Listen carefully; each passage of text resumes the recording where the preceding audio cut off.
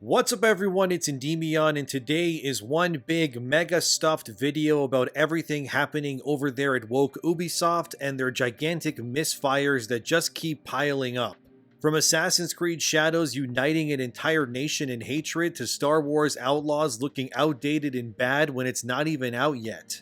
Kotaku journalists are getting mad as well and more, so let's begin. Firstly, in case you didn't know, Assassin's Creed Shadows is pretty much getting annihilated by Japanese content creators, fans, and historians the nation over due to its depiction of Japanese culture. The game also features same-sex romances for even alleged historical figures like Yasuke, which makes zero sense because this means Ubisoft is imposing different kinds of relationships on someone who allegedly existed. This is not only wrong, but actually messed up as hell too, because Ubisoft is imposing their own biases and agendas onto someone and using them like a flesh puppet in order to push an agenda. Not to mention, the game has been called out aplenty already for using Chinese architecture, not knowing how flooring or doors worked in that period, and much more. Now the backlash has gotten so bad, Ubisoft has to now backpedal and is issuing a statement to Japanese fans. They said via Twitter, and I quote, "To our esteemed Japanese community, a message from the Assassin's Creed Shadows development team. First, we want to express our heartfelt thanks for all of your support for the Assassin's Creed series, which now has its own history spanning almost 20 years. Over this time, we have explored various settings, time periods, and even characters, from an assassin during the Third Crusade to a Viking in 9th century England and countless more. For many of our team, creating an Assassin's Creed game set in feudal Japan has been a long-cherished dream. Since the announcement of Assassin's Creed Shadows, we have received many positive reactions, but also some criticism, including from you, our Japanese players. We share your passion for history and deeply respect your care for the historical and cultural integrity of your rich heritage. We would like to address a few points to clarify our intentions and creative decisions. Overall authenticity efforts. We have put significant effort into ensuring an immersive and respectful representation of feudal Japan. However, our intention has never been to present any of our Assassin's Creed games, including Shadows, as factual representations of history or historical characters. Instead, we aim to spark curiosity and encourage players to explore and learn more about the historical settings we get inspired by. Shadows is first and foremost designed to be an entertaining video game that tells a compelling historical fiction set in feudal Japan. Our team extensively collaborated with external consultants, historians, researchers, and internal teams at Ubisoft Japan to inform our creative choices. Despite these sustained efforts, we acknowledge that some elements in our promotional materials have caused concern with the Japanese community. For this, we sincerely apologize. All game footage presented so far is in development, and the game will keep evolving until launch. Based on the constructive criticism we have received, we will continue our efforts until we put this game into your hands and beyond. We also want to clarify that while we have been consulting with many people throughout the development process, they are in no way responsible for the decisions that are taken by the creative teams in the interest of gameplay and entertainment. Consequently, we respectfully request that any criticism not be directed at our collaborators, both internal and external. Creative liberties and historical inspirations. While we strive for authenticity in everything that we do, Assassin's Creed games are works of fiction inspired by real historical events and figures. From its inception, the series has taken creative licenses and incorporated fantasy elements to craft engaging and immersive experiences. The representation of Yasuke in our game is an illustration of this. His unique and mysterious life made him an ideal candidate to tell an Assassin's Creed story, with the setting of feudal Japan as a backdrop. While Yasuke is depicted as a samurai in Assassin's Creed Shadows, we acknowledge that this is a matter of debate and discussion. We have woven this carefully into our narrative, and with our other lead character, the Japanese shinobi Naoe, who is equally important in the game, our dual protagonists provide players with different gameplay styles. We greatly value your feedback and encourage you to continue sharing your thoughts respectfully. While we understand that meeting everyone's expectations is very difficult, we sincerely hope that when AC Shadows launches on November 15th, Players in Japan and around the world will appreciate the dedication, effort, and passion we have poured into it." End quote.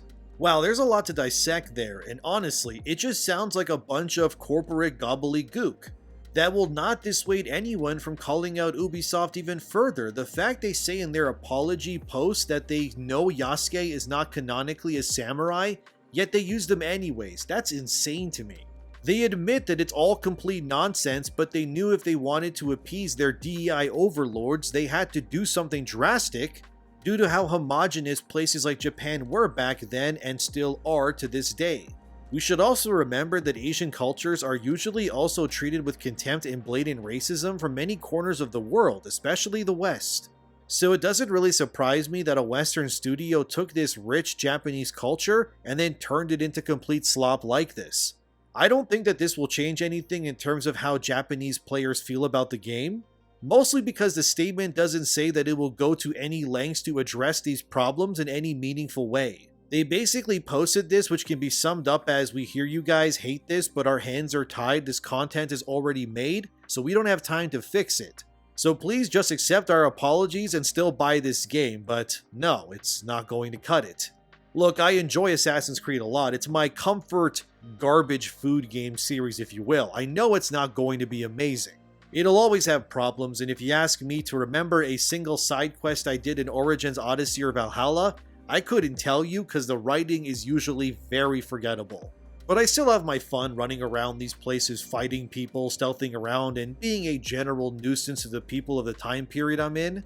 While I understand and agree that Assassin's Creed has always had a level of creative freedom, I mean, you fight the Egyptian gods in Origins, and in Odyssey you can literally fight Cyclopses and Medusa. Ubisoft, at the very least, when it came to stuff like Medusa, the Sphinx and such, they tied it to some weird issue pre-human civilization science experiment nonsense, so that their existence was at least explained as being the result of humanity's ancestors screwing around with genetics and such in animals and people, or at least that's what I remember. I could be wrong, whatever, who cares. But is it a great explanation? Not really, but at least they justify it that way, and I mean, AC has always had science fiction elements. The entire game from the beginning was via the Animus, which is basically the Oculus VR concept on steroids and caffeine. I don't have a problem with some liberties being taken, like obviously what are the chances that Connor Kenway would run into George Washington of all people in AC3? Or Ezio somehow befriending or talking to pretty much every single relevant historical figure during that time period?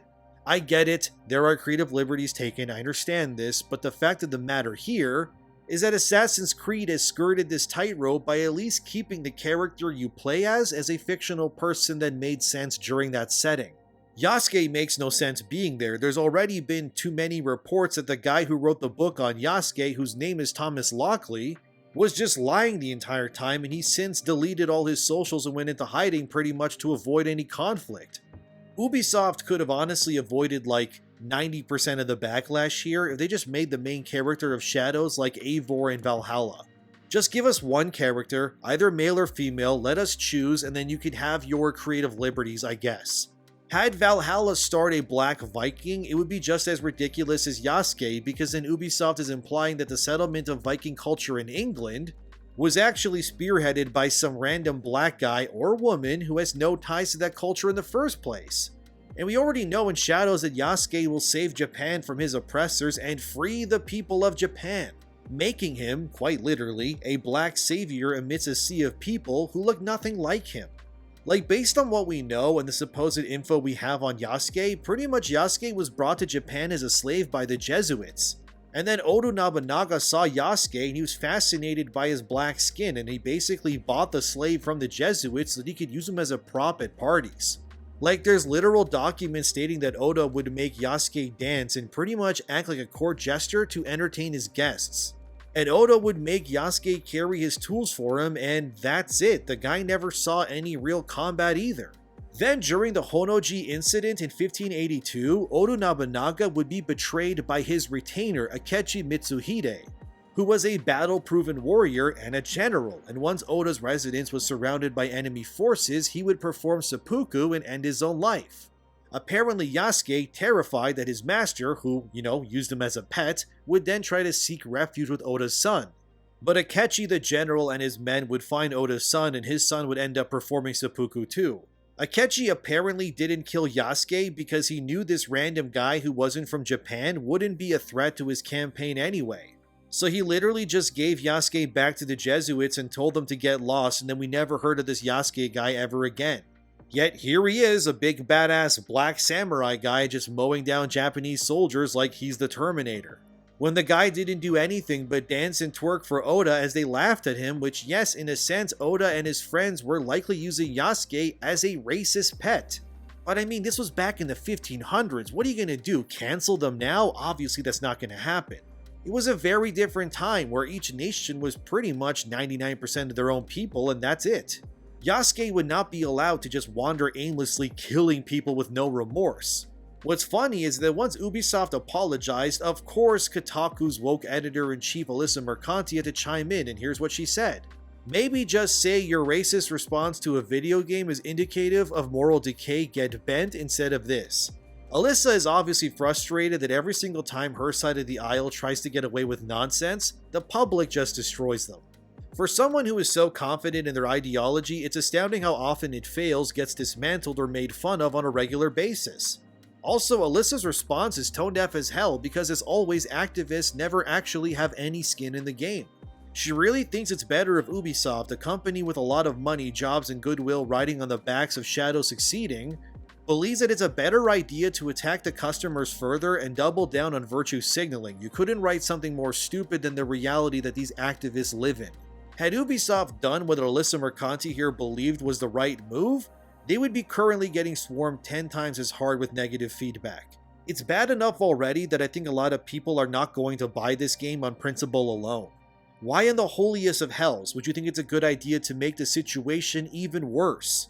Again, this is what these woke freaks think because whether Shadows does well or dies, Alyssa doesn't really lose her job either way. So like usual, this is someone who has no skin in the game, so to say, when it comes to this. She will likely get a free copy of this game or something to review. Or maybe not. I mean, back in 2015, Kotaku confirmed that places like Bethesda had already blacklisted them for years. And Ubisoft, during that same time period anyways, was ignoring Kotaku's advances and also refused to work with them. I have no idea if any of these relationships have been fixed almost 10 years later, but regardless, I think the last thing Ubisoft should be doing is listening to anyone who works at Kotaku. Also, by the way, the reason why Kotaku got pretty much blacklisted by Ubisoft is because they leaked Assassin's Creed Syndicate a full year in advance with screenshots and everything before it came out, ruining the reveal of that game. They even revealed that the game was originally called Assassin's Creed Victory until Ubisoft had to go back and change it because of Kotaku's expose. This is not a website ran by professionals is what I'm saying, it's adult pretenders, people who don't know any better and just regurgitate whatever is considered socially acceptable at the time and that's it. I also find it interesting that Ubisoft pleads that nobody goes after the consultants attached to this game, which makes me believe that a certain group is attached to this project. Of course, I'm alluding to Sweet Baby. I mean, firstly, that company was founded by 2 ex-Ubisoft employees. They have also worked on Ubisoft projects before as Sweet Baby, and Shadows having same-sex romances, and a gay black samurai as one of its lead characters. It's definitely something that would be right up the alley of all that particular consulting group. I think we can all agree on that. I would wager if they are attached, we won't learn about that until much later. I would assume Ubisoft knows that if people find out that SBI is involved, it will drive this game's sales into negative oblivion. And I would also wager that Ubisoft is trying to save whatever they can of this project before such news becomes public. I just have a feeling in general that many upcoming games that are SBI infected will go out of their way to remove those people's names from the credits in order to hide their involvement. But like I said in other videos, it's not hard to tell if SBI is involved because all the telltale signs are already there to begin with. And a gay black samurai cutting down Japanese men without punity in the name of social justice is definitely something I could see Sweet Baby being involved in. Honestly, wouldn't even be surprised if Shadows start a standard Japanese shinobi before they were convinced by SBI to do Yasuke instead. I obviously have no proof of this yet, but if this were true, none of it would be really shocking. Of course, as I was making this video, more stuff would come out, so Manga Lawyer over on Twitter posted screenshots of translations that denounce what one of the yes men of Yasuke over at Japan has been saying. So there's this apparent communist historian in Japan named Professor Hirayama, and they're being discredited by other Japanese historians for their portrayal and push of Yasuke. Then one user posted historical documents which prove that Oda Nobunaga had a fascination with extravagant gestures of wealth. One of these translations said, "Some people consider Yasuke a samurai because Nobunaga granted him a sword, a house, and a stipend. But I'd like to say a few words. I'll just leave out one example of Nobunaga's regular behavior with people that he liked. On August 15, 1570, 3 years before he took Yasuke into his service, Nobunaga summoned 1,500 sumo wrestlers from Kyoto and Goshu to Azuchi and had them wrestle." So Oda has been documented to be the sort of guy who would flex on others because he could. What sort of dude has that sort of money to get 1,500 fat dudes to come entertain him at his house? Dude was drowning in the money. You really think that he took Yasuke because he respected him? If so, I got some air in a bottle to sell you if you're that gullible. Another example translated from historians that are fighting against AC Shadow states, the 14 wrestlers were summoned and given swords, wakizashi, uniforms, and 100 koku of land in the feudal domain, and were even given private residences as a mark of honor in the capital and the countryside, should these 14 wrestlers also be recognized as samurai of the Oda clan. So again, the historical evidence proves that Oda was so rich and influential, he was just giving whole-ass housing to people because he could, and would also give them salaries, weapons, and such the same way he did Yasuke. Yet these wrestlers were not considered samurai, so why would Yasuke? And then this one also states, Taito, Sukao, Myojin, Hishiya, Sukagoro, Arashika, these are people who don't have a last name, just a shikona. They have been given more than Yasuke, but will these wrestlers also be elevated for the rank of pages or something? I think they were servants of the samurai family, Yoriko or Otogishu. I believe Yasuke was just one of them. By the way, shikona is a word that means a wrestler's stage name, so Taito, Myojin, Arashika, etc., those are their stage names when they go into the ring. But they didn't have actual last names, so they kind of just went by their wrestler names during those times, so you know. So this is just stating that this is where these men would sit accordance to Oda Nobunaga when he was sitting in the same room as them. As you can see, they would sit far away from him out of respect, obviously. Yasuke, by the way, is not even the guy's real name. It was given to him by Oda to signify who he was. So it's very likely that Yasuke is a shikona or stage name similar to the other wrestlers. And what these historical documents state is that these wrestlers who were given more from Oda than Yasuke ever did were also not considered retainers or samurais either. Meaning that Yasuke was definitely not a samurai, he wasn't even a warrior, and was never even really considered Oda's friend. He was quite literally, whether you want to admit it or not, a prized pet of Oda that he would bring out to entertain guests. In a rather racist way, because he was the only black guy in the country apparently during this time. So ultimately, when it comes to Shadows, Ubisoft has effectively radicalized and mobilized an entire nation of angry customers across the board with their stupid game. And none of these people are happy or excited for this upcoming woke DI disaster. I would say give pity to Ubisoft, but we all know that if they were never called out, they would keep doubling down and doing more stupid shit like this in the future too. So Ubisoft has nobody to blame but themselves, but hilariously enough, this isn't even the only game Ubisoft is getting attacked for. This brings us to their other big upcoming release, which is Star Wars Outlaws, which as of the making of this video, it releases in about a month's time, and it's not looking great at all. IGN recently had an exclusive preview of gameplay from the game, and everyone is pretty much confused as to why this game even exists. One user said in the comments, "Cancelled my pre-order after this footage, thanks IGN." Yeah, I wouldn't blame the guy for doing that, to be real with you guys. As I watched this gameplay, I was kind of just confused the entire time. Because the game just looks dated and really unoptimized. People were making fun of the sliding being a terrible animation, and the fact that at one point, the main character shoots a guy with a laser gun that is very loud, only to return to stealth, and then mere meters away, other enemies are just walking around as if they heard nothing. This is typical Ubisoft level of AI. I mean, anyone who's played recent Assassin's Creed games or Far Cry, they know how poor the AI really is and how easy you can manipulate it. Another user even said, "Can't wait to play this game in 3 years after buying it for $15. And this comment stings, but it's also true because Ubisoft's games more than anyone else's seems to go on sale almost all the time. Nintendo games, for example, they kind of retain their price points, so too do From Software's or Rockstar for long periods. But Ubisoft's appreciative value of their games, it seems to fall off a cliff the moment they come out. Honestly, if you just wait till fall this year, Outlaws will already be like 60% off, I guarantee it. It's an Ubisoft game. Plus, it just doesn't look very great at all. This other user said, "Is this another quadruple A game? The explosion effect that was worse than the Uncharted 2 that came out in PS3 is amazing." A little broken English here, but we got what they were saying, and yeah, I agree. Actually, while I was watching this, I started to get Uncharted 2 flashbacks, but not in a good way. Like, for comparison's sake, remember this Outlaws game is next gen or current gen only. And then here's Uncharted 2 upscaled on PS5 recently. And remember that Uncharted 2 came out in 2009. The game is almost 20 years old at this point. Yet somehow, it looks so much better. It's more vibrant and dynamic than Outlaws is. How the hell does a PS3 game that got upscaled for PS5 look as good as this, yet Ubisoft is releasing this in 2024 for full price? These other two comments kind of just seal the deal, which say how to save 80 euros in 10 minutes and 10 solid minutes of don't pre-order energy. This preview is going over horribly. I mean, it's ratioed into oblivion in terms of dislikes and likes as well, but all the comments are just echoing the same sentiment, which is that nobody is excited for this game. It's yet another open world by the numbers third-person shooter game where you play another strong female character yet again. At the very least, allow players to change the character to male if they want, because I don't want to play discount Sigourney Weaver mewing 24/7.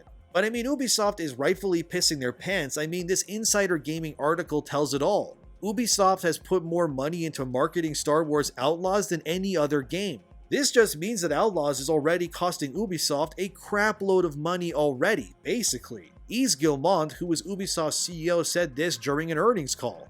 "What we are factoring in is a strong launch for Star Wars Outlaws. That's the fact, and it's among the most awaited games of the industry this year and reflecting a really strong positive community sentiment. And also the fact that we are coming with the biggest marketing campaign ever so far for a Ubisoft game."